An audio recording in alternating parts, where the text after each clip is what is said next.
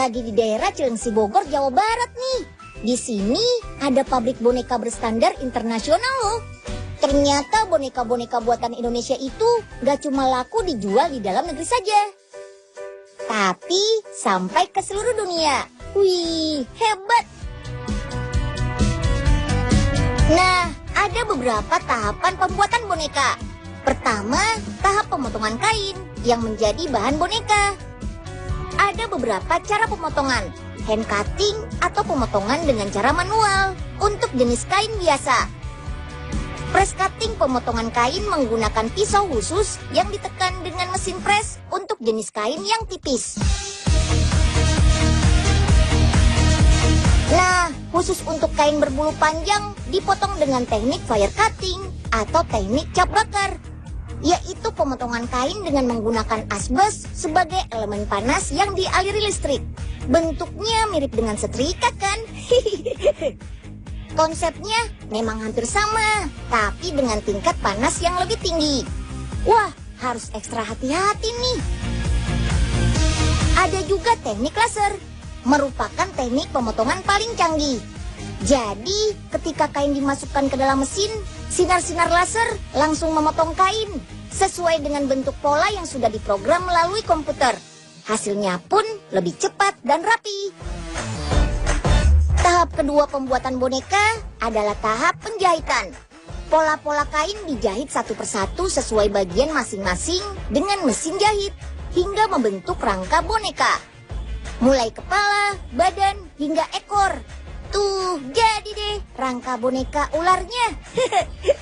Tahap ketiga adalah pemasangan mata dan hidung boneka dengan mesin bertekanan hidrolik supaya mata dan hidung boneka tidak mudah copot. Nah, bonekanya sudah hampir jadi tuh.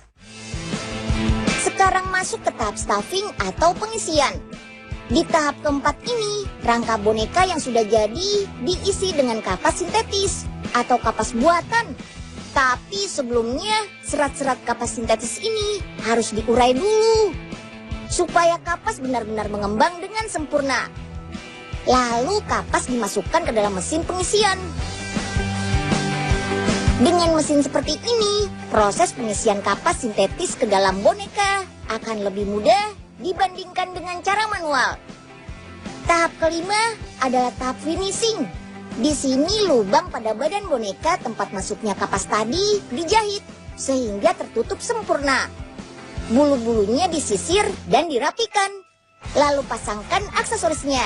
Tuh, bonekanya jadi lebih cantik kan? Nah, proses spray untuk memberikan detail pada boneka-boneka tertentu agar boneka terlihat lebih hidup. Akhirnya, boneka-boneka ini dikemas dan dibungkus ke dalam box, siap untuk dipasarkan nih. Tuh, banyak kan macamnya. Dari yang terbesar sampai yang paling kecil. Terbukti kan kalau produk pembuatan dalam negeri sudah berkualitas tinggi, bahkan berstandar internasional loh. Si Unyil kemana sih? Katanya mau bikinin tas buat Aye. Udah jadi belum ya? Bisa batal dah nih acara kekondangan. Aduh, pakai hujan lagi. Aye samperin aja dah ke rumahnya. Waduh, gawat nih. Poipe pasti sudah nungguin tasnya nih. Mana belum dijahit lagi. Ngebut ah. Ya. Wih, bagus ya kerajinan tangannya. Barang-barang yang bernilai seni tinggi ini memakai bahan kertas dari pelepah pisang loh. Batang tanaman pisang memiliki jenis serat yang bagus dan kuat untuk dijadikan barang kerajinan. Salah satunya dijadikan kertas berbagai warna, ukuran, dan jenis. Dari lembaran kertas pelepah ini bisa kita kreasikan menjadi berbagai macam kerajinan tangan. Salah satunya kotak tisu dan kotak pensil ini. Selain kotak tisu dan tempat pensil, kertas pelepah pisang bisa juga loh dijadikan aksesoris wanita yang cantik. Seperti tas dan dompet ini nih. Sekilas bahannya mirip kulit asli. Motifnya pun bisa dibuat sesuai keinginan kita. Langsung saja yuk kita lihat cara membuatnya. Nah, sudah ada Nadia dan teman-temannya tuh. Mereka sedang membantu Om Yaman membuat motif lukisannya. Wah, gambarnya abstrak semua nih. Gak apa-apa deh, namanya juga seniman. Setiap goresan kuas selalu ada maknanya kan? Cie. Oke, motif lukisan bunga buatan Agef sudah jadi nih. Selanjutnya tinggal jemur di bawah sinar matahari selama 15 menit saja.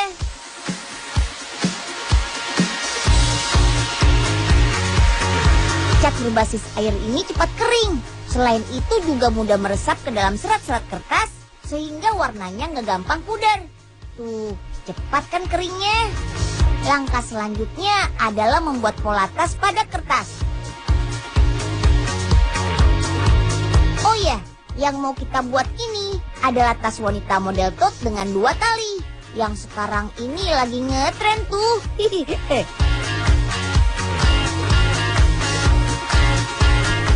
Potong kertas mengikuti pola yang sudah dibuat tadi. Setelah itu tempelkan pada bahan kulit sintetis. Dengan dilapisi kulit sintetis ini, kertas pelepah pisang akan lebih kuat.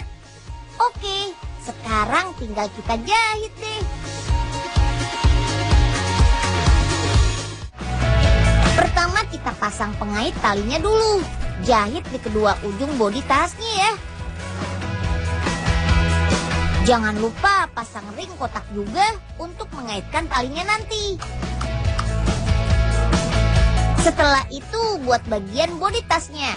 Caranya dengan menjahit bagian bodi utama dengan bodi samping di kedua sisinya. Wah, untuk urusan jahit-menjahit tas, Om Yaman memang jagonya. Dengan mesin jahit sederhananya ini, Om Yaman hanya membuat 1 buah tas saja dalam sehari. Bukannya tidak mampu membuat banyak loh, tapi biar hasil jahitannya lebih maksimal. Oke, bodi atau badan tasnya sudah jadi. Selanjutnya pasang tali-talinya. Bahan untuk tali tas ini memakai kulit sintetis juga. Kaitkan tali pada ring kotak yang sudah terpasang di bodi tadi. Lalu eratkan dengan menggunakan kancing logam. Terakhir tinggal merapikan saja. Nah, jadi deh. Bagaimana? Cantik kan tas pelepah pisangnya? Widih, Nadia dan Imel gayanya makin oke aja pakai tas pelepah pisang. Dandi dan Agef juga nggak mau kalah tuh. Mereka punya binder dari kertas pelepah pisang juga. Keren. Buat yang pengen punya, gak harus datang ke Bandung kok. Silahkan saja pesan via online. Untuk tas, harganya sekitar 100 ribuan. Sedangkan untuk dompet, harganya nggak lebih dari 50 ribu.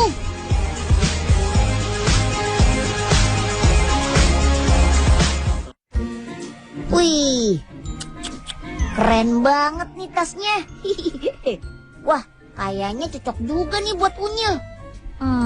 Keren. Woi Nyil, ngapain sih pakai legak-legok depan kaca? Mana bobo tas cewek lagi? Ih, Po Ipe, Unyil kan cuma nyoba aja, Po. Nih, tas Empo sudah jadi. Gimana, Po? Bagus nggak? Ini tas buat Empo, Nyil. Widih, cakep bener ini. Udah kayak tas ini pakai ibu-ibu pejabat. Makasih ya, Nyil. Berapa ini harganya? Bayarnya pakai kerak telur sama roti buaya aja deh, Po. Oleh-oleh dari kondangan. Ada lagi kerajinan yang dibuat sangat berkualitas untuk perlengkapan dapur dan juga kaca tiup yang sangat terkenal sampai mancanegara. Saksikan sesaat lagi ya. Ada lagi nih alat rumah tangga dari bahan aluminium, kettle, atau bisa disebut panci untuk memasak nasi atau air. Nah, kita ke pabrik kettlenya langsung saja yuk, di Sleman, Yogyakarta. Bahan baku pembuatan kettle berupa balok aluminium. Bahan yang diperlukan sebanyak 250 kilo Satu balok beratnya 7 kilo.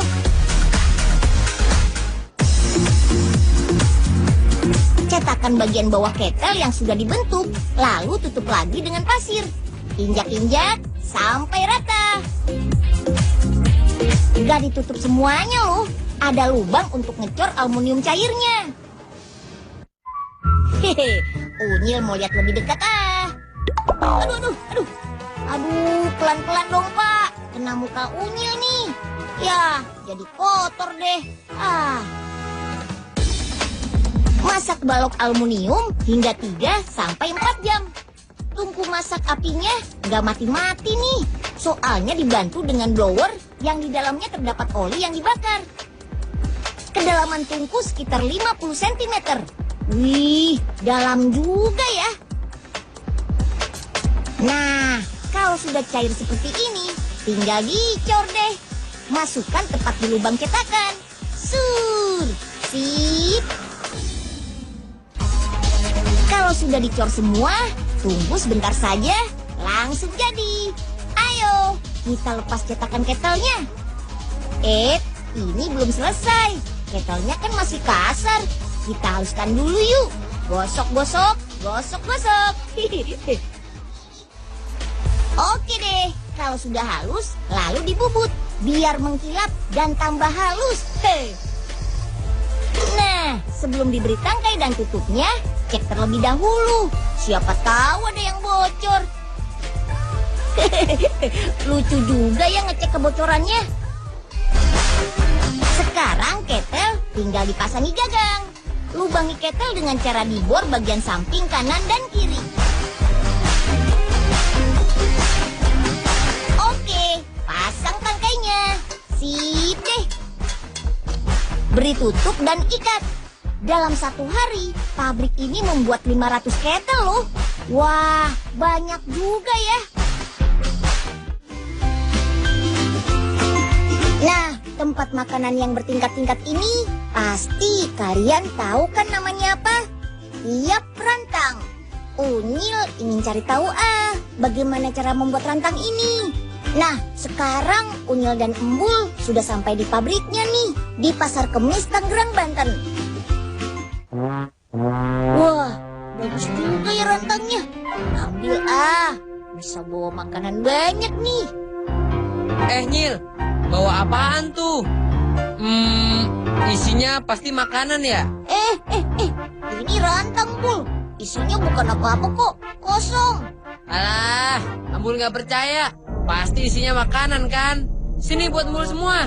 Ya, jangan, Bul. Ini kan punya Unyil. Nggak usah banyak alasan. Sini nggak? Ambil deh tuh. Padahal kan kosong. Bahan utama membuat rantang yaitu dari plat koil yang dipotong sesuai diameter rantang.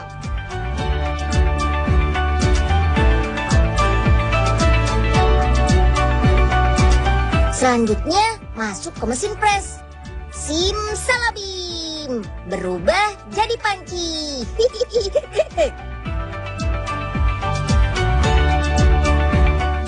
Ini baru setengah jadi loh. Panci rantang masuk ke mesin roll untuk membentuk bagian bawahnya. Seperti ini jadinya. Nah, pasang kuping rantangnya dengan cara dilas. Setelah itu proses pewarnaan rantang. Pertama, warna dasarnya dulu nih, yaitu warna hitam. Gak usah bingung ya. Sekilas sih bukan warna hitam. Tapi kalau sudah di oven terlihat jelas warna hitamnya.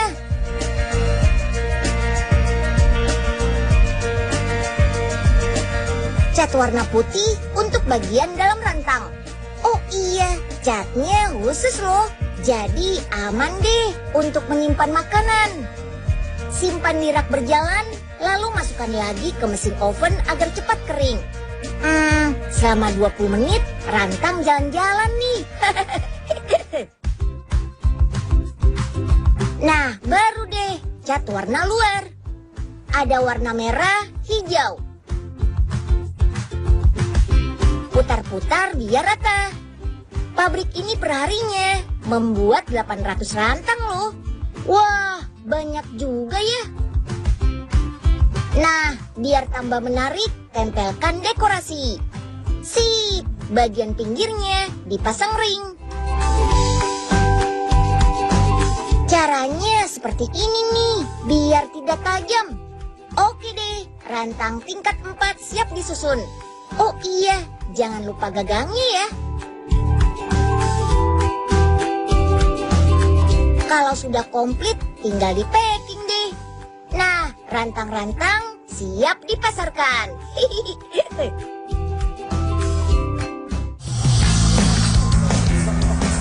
Masih ada nih produk asli Bali yang sampai ke luar negeri.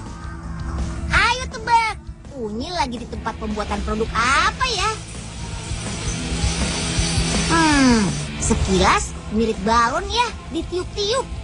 Tapi ternyata yang ditiup ini adalah kaca loh. Wah, wah, wah. Pabrik kaca tiup ini berada di daerah Ubud, Bali. Tapi galerinya tersebar di beberapa kota di Bali.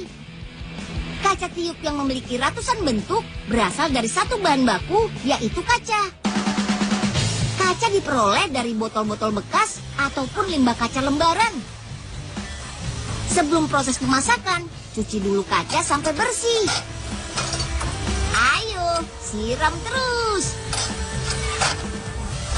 Waktunya memasak kaca. Oh iya, kebetulan dalam kompor pemasakan masih ada kaca yang dilebur. Jadi harus menunggu sampai kaca di dalam habis dulu. Kompor untuk memasak kaca namanya bluing. Suhu di dalamnya bisa mencapai 1200 derajat Celcius. Waduh, panas banget tuh. Membuat kaca tiup butuh alat bernama stick atau pipa tiup. Tongkat besi ini berfungsi untuk meniup cairan kaca yang akan dibuat aneka bentuk. Pertama, ambil kaca yang dimasak menggunakan stik besi. Bentuk bulatan menggunakan tangan. Lapisi dengan koran basah, biar tangannya nggak terbakar ya. Ayo, mulai tiup kacanya. Perhatikan deh, ukurannya semakin membesar ya.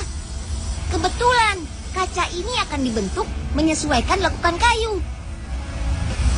Jadi, tiup lagi setelah kaca diletakkan di atas kayu. Wah, karena terlalu panas, koran dan kayunya sampai muncul api. Kipas terus, Bli. Wih, kacanya sudah mulai membentuk tuh. Setelah kaca berbentuk sesuai yang diinginkan, buruan bawa ke oven, Bli. Baru dilepaskan dari stiknya. Tok, tok, tok, lepas deh. Yap, kita buat yang lain. Ambil kaca panas sekali lagi. Selagi masih lunak, gulirkan pada butiran pewarna yang juga terbuat dari kaca. Ini dia yang menghasilkan efek warna-warni pada kaca tiup. Jangan lupa untuk selalu memanggang kacanya agar semakin matang dan mudah dibentuk. Kaca tiup juga akan mudah mengeras, pecah dan retak jika didiamkan beberapa detik saja di luar bluing. Kaca yang sudah membesar ini kemudian dibentuk bulat dengan cara diputar-putar pada cetakan. Agar muncul desain yang menarik dari kaca tiup, tambahkan variasi yang juga diperoleh dari kaca panas. Cukup putar bulatan kaca sambil terus ditambahkan garis variasi di garis kelilingnya. Dan tiup-tiup lagi.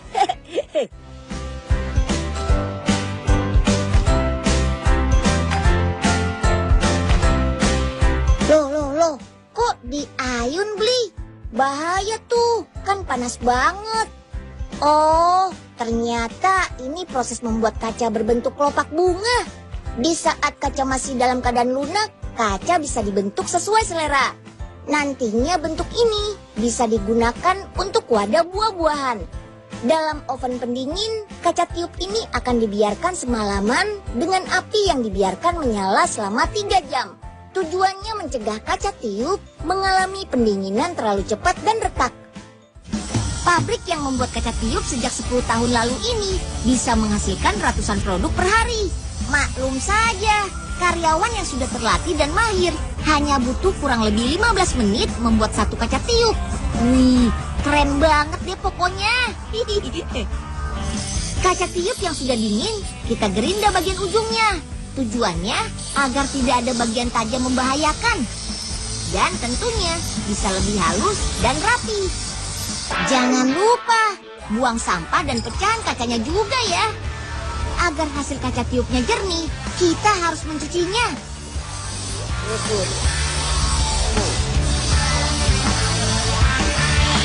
Untuk membuat efek warna, kaca tiup bisa dilukis seperti ini. Penjualan kaca tiup ini sudah diekspor sampai ke Eropa, Australia, dan Miami. Harganya beragam, mulai dari yang termurah yaitu Rp5.000 sampai yang termahal Rp10 juta. Wih, mahalnya. Ayo, siapa yang mau mengoleksi